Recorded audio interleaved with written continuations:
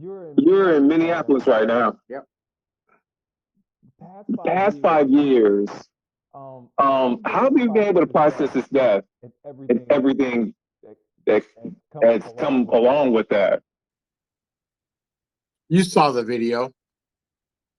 When you first saw that video, you realized that this dude is not going to live through this one. And that made me process everything that we as black men, we as fathers, we as protectors have to go through, especially in our world. So what I've done is I've taken all of that anger and all of that fuel and all of those bad words or bad names or bad scenarios or situations that's happened in the last 55 years. Uh, and that made me move on and be I think, a productive advocate and a productive activist. Because I'm gonna miss my buddy every day. But what can we gain from having that opportunity for 7.5 billion people to call my nephew's name? So that meant a lot. That meant you were protesting. Everybody in the world that had a heart protested for George Floyd. So, and for those 5 days, unity came together, and the people got Derek Chauvin convicted. Because let's be real, man. Do you think he would have did that in front of the world and everybody if he thought he had to pay for that? Absolutely not. So it was the power of the people that basically brought that to the head immediately. So God bless people. God bless people seeing that there is police brutality, there is gun violence, there is wrongful convictions, there are domestic violence, there's kidnappings. There's problems with mental health crises and issues in this world. So, my man, Nick, the only thing I did is I woke up one day and I went from being a old daddy, uh, I've got a 9-year-old and an 11-year-old, to being an uncle to everybody. That's all I did, man. Because I sat there and for the first minute and a half, I didn't even know that was my nephew. And keep in mind, we just got through watching on Maud Arbery and Breonna Taylor. So us as black people, we're still madder than hell. And I sat there, man, and I'm madder in Hades. And my sister calls me and tells me who that was. And that guy that I was feeling all the empathy for, feeling sorrow for, that's one of mine. So I've been driven, man. I've been driven. How many George Floyds had there been? That wasn't my nephew, Nick. How long have you been in the media business? I've been in media for 13 years. How many people have you seen that were George Floyd's? And you heard about them for a day. They might have been a Facebook post, or they might have put an article in the paper saying, uh, young man, 27, blah, blah, died. But did they say how he died? Did they say why he died? No. So those are the people that I want to lift up. Those are the names and voices that I want people to continuously hear. We got a form of justice. They've never even had a mention. They never had an honorable mention. Ronald Green out of Louisiana, you know. Mhm. Breonte Davis out of Florida. Nobody never heard of these guys. Nobody never heard of Vicky Willis's. Nobody never heard of these people. I have.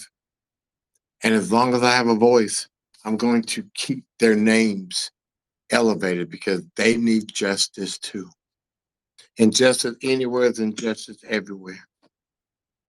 Off that, I do want to ask you your thoughts surrounding the Justice Department moving to cancel police reform settlement in Louisville and Minneapolis this week. because you're on the front lines of police reform. And so this comes out. Give me some of your reaction. How are you feeling? Nick, is it anything we haven't seen before? Is there anything that was said this week that we haven't heard before? We've been passed over many a times. And it gets me that people that are supposed to make the right decisions for people make the right decisions for them. And that's a problem, with all of us, man. When you're going to tell me that you're going to start reviewing the files of possibly two of the worst five police departments that the DOJ has nominated and said and put a tag on, and you're going to say that you're going to stop investigating? Come on, man. Somebody's dropping the ball again, once again, because either they don't care or they have to spend too much effort and time and money in it. When it costs money, then people make a decision on what they're willing to do. So, yeah.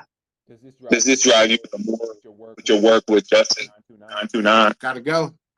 Nick, I have gotten so obsessed with wanting to create change and help people, mental health crises, domestic violence.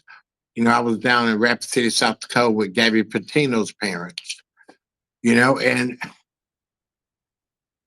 some of these things you never think about, Nick. Have you ever beat a woman? No.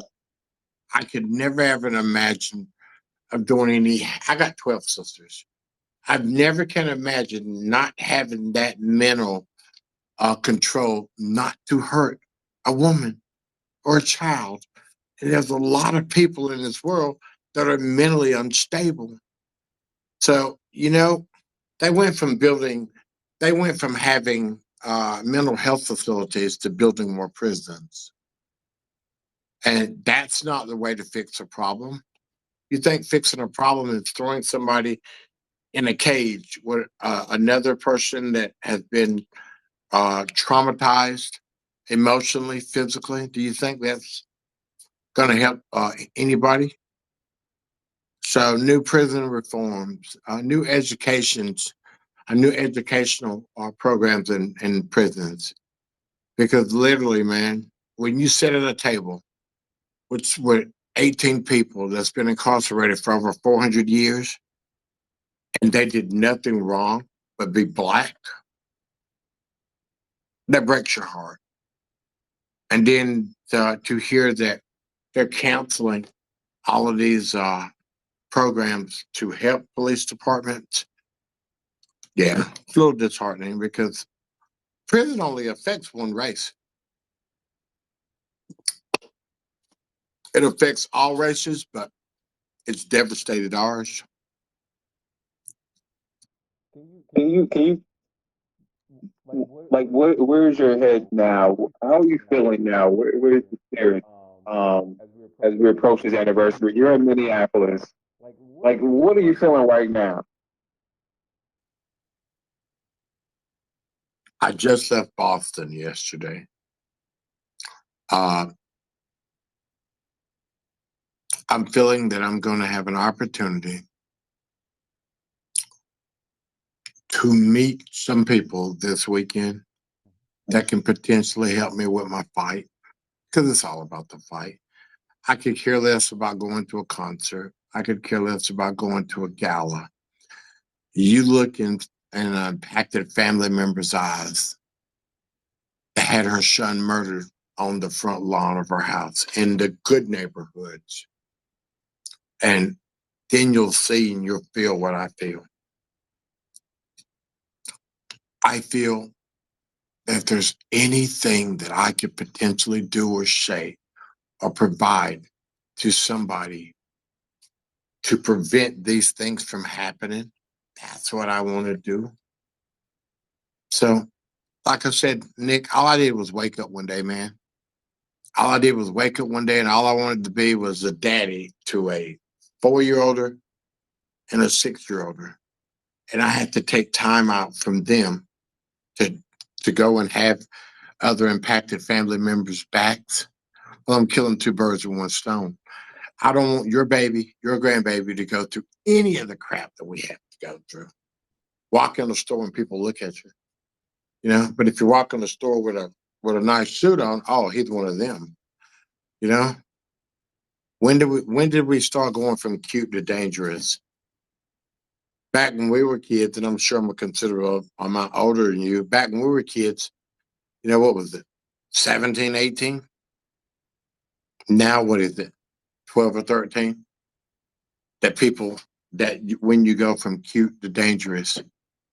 Think about that. 12 or 13 years old, we have people that are put into uh, horrific situations because you wore a hood on your head. You know, I heard of a kid got he got arrested for walking on grass. Those are the things that we fight for, man. Those are the things that we fight for. And Nick, there's a whole bucket full. There's a whole bucket full of things that we can do that we can fight for. And the whole key is you cannot ever give up. Can't ever stop this fight, man. Are you ever not going to be black? Are you ever not going to be proud? Absolutely not. So we have to continue this pursuit for change. Because if there's no change, there's no hope. If there's no hope, there's no change. And let's be real, Nick. Before George Floyd's death, did we see any major change in our community? I often ask myself, what were you thinking? And guess what, man?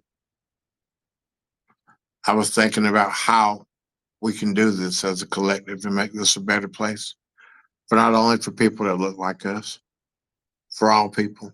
Because we all come here, Nick, for what, 75, 80 years, if best? Start dating that. Yeah. Why can't we try to make this a better place than when we came here? Because it was rough then. It's still rough, my brother, you know? So we had that opportunity because of George Perry Floyd and COVID to say these things, to create these things that's going to impact others' lives. I am so passionate about what we do and how I do it. I've created an app. It's called Myth App. Pretty much what it is, it's an interactive app. Let's say that you're in a stressful situation, Nick. Let's say that you have three emergency contacts. Guess what, Nick? I'm scared. I'm scared that somebody's going to hurt me. I just push my panic button. On the other side of that screen, we've got people that can visually see me, visually hear me. They can hit a witness button. It'll record. So we store this in our own server so nobody else can get the video and tell the narrative that they want, you know? And thanks a lot, man. And you know, we have we have a police uh, officer rating. Well, let me pull this up. All of these things, what my app can do. So pretty much where I'm at, Nick, is this: if your daughter goes on a date and the date don't look good, what do? And she's scared, you push that a panic button. She's able to have her emergency contacts are able to see once again, visually see and hear her. It has real time GPS. I always tell people, what can it do? Name an atrocity that this app cannot help prevent. Missing people, panic button. Sex traffic, panic button, real time GPS. I'm hunting or fishing in the woods. Something happens, push the panic button. So, and this all came from seeing somebody lying on the streets getting murdered one day, Nick. It's all come from watching my nephew get murdered and my heart breaking to the point of I can't stand this. When people ask me all the time, how can you get involved? There's so many groups, Nick. There's so many opportunities for people to get together to communicate about these things since May 25th, 2020. So you don't have to be silent. You don't have to sit on the sidelines because there's enough work to go around, Nick. Every day. Every day we wake up, buddy, we wake up with chances and choices. If people would put more emphasis on the choices that you make so your chances are better, we'd be all right. And, simple. How do we fix a lot of this stuff? Nick, I want you to respect me as a human being, as an individual, and judge me by the content of my character and not the color of my skin. Justice929.org. Setting It Straight with Selwyn. I have a podcast, Facebook, you name it, man. I'm in it to win it, Nick.